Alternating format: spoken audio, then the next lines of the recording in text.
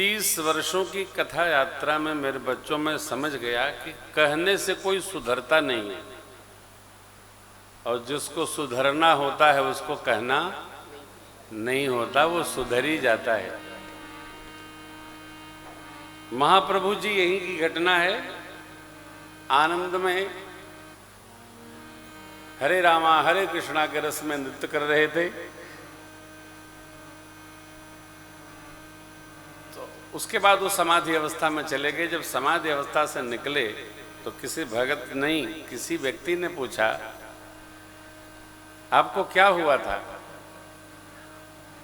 तो उनके परिकर शिष्य ने कहा कि जब देख करके बोध नहीं तुम्हें आया तो बताने पर क्या बोध आएगा? ये तो ब्रह्म रस है।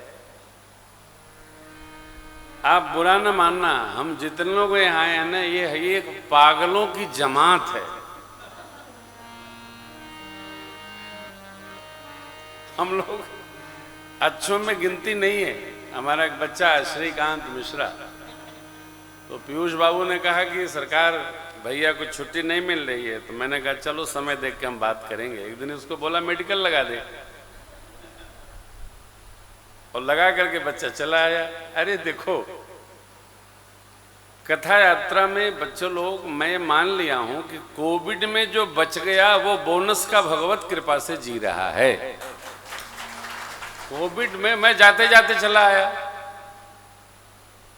4 महीना सरकार रोके रहे अयोध्या आश्रम पे।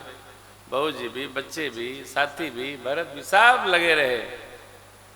एक मेरा बच्चा शैलेंद्र, वो दिन रात सोता ही नहीं था, ऑक्सीजन मेंटेन न हो। तो ये जीवन तो भगवान का है, अब मनुष्य का अपना नहीं रहा हम लोगों का। इस कथा यात्रा में हम आप अनुभव करेंगे कि हम लोग अनेक दर्शन करेंगे। समुद्र भगवान का भी दर्शन करेंगे, साक्षी गोपाल का भी दर्शन करेंगे, कोणार्क सूर्य मंदिर भी चलेंगे। यहाँ जितने दर्शनीय स्थल है सब हम लोग 5 दिन में दर्शन कर जाएंगे। अब आपसे एक मेरा निवेदन है, मैं कथा भी भगवान को साक्षी मान के सुना रहा हूं। इसलिए हो सकता है कि आपके लिए हम कुछ न कह पाएं। जो आप सुनते रहे हैं उससे थोड़ा हम हटेंगे।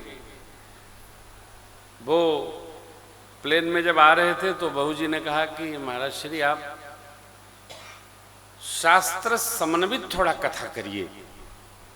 तो मैंने कहा ये कैसे? बोले जैसे पहले करते थे। आज पापा जी भी कह रहे थे कि भैया पहले जो कथा आप सुनाते थे वो मोड बड़ा प्यारा था। वो कथाएं हम अब भी सुना करते हैं, यूट्यूब पर बच्चों ने डाल रखा है। तो मैं थोड़ा सा वर्तमान ट्रैक से अपने को पीछे ले जाऊंगा और प्रयास करूंगा जब आप नहीं सुनते रहे हैं वो सुने कि मानस में गोस्वामी जी ने लिखा क्या है। सभी प्रसंग आपके अभ्यास में है। हमारे कथा गाए गाए सुने सुने हजारों लोग कथावाचक बन गए। अरे कई लोग तो हमारी विपद बन गए।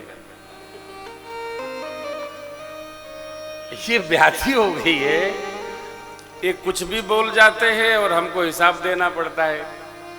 तो ये क्या इस ग्रंथ में है भगवान जगन्नाथ की सेवा में, हम आप श्रवण करेंगे।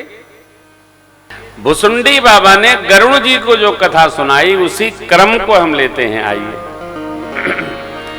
यह कथा जो भुसुंडी बाबा ने गरुड़ जी को सुनाई, यही कथा शिव बाबा ने मां को सुनाई। क्या सुनाई? शिव बाबा मां से कहते हैं, प्रथम ही यति अनुराग भवानी,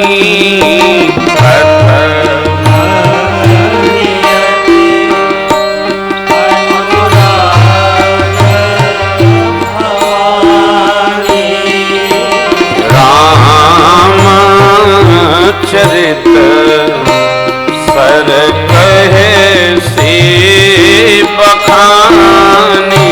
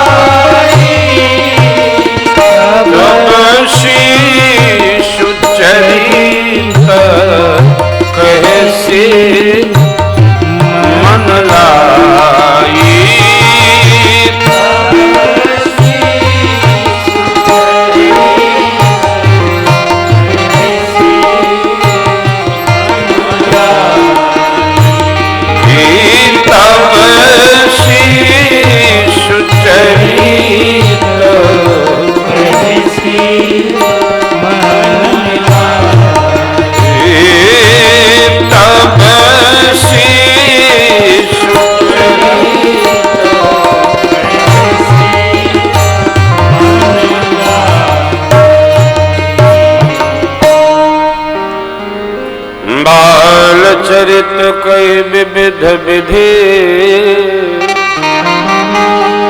मंडमहु परम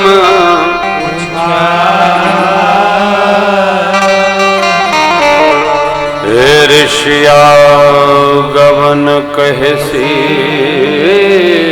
पुनि श्री रघुबीर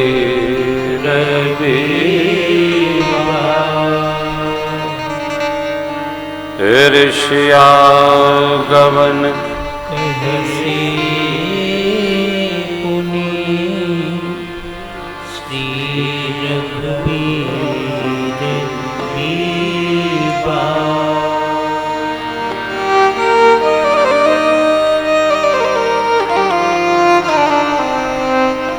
श्री रामचरितमानस जी के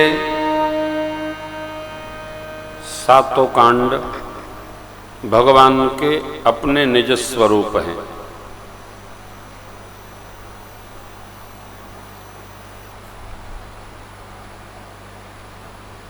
सभी सदग्रंथों के सार भाग किसी न किसी अध्याय में